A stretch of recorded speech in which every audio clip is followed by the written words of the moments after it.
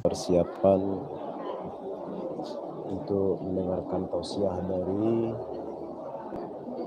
Buya Ristawati. Beliau ini yang biasa sering kita dengar dalam ceramah-ceramah beliau yang menggunakan kata petitih ataupun ceramah-ceramah beliau yang sering menggunakan bahasa-bahasa Minang.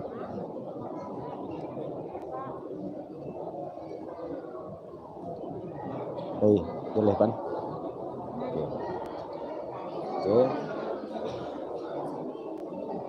Saat sekarang ini kita lagi prepare persiapan panitia dalam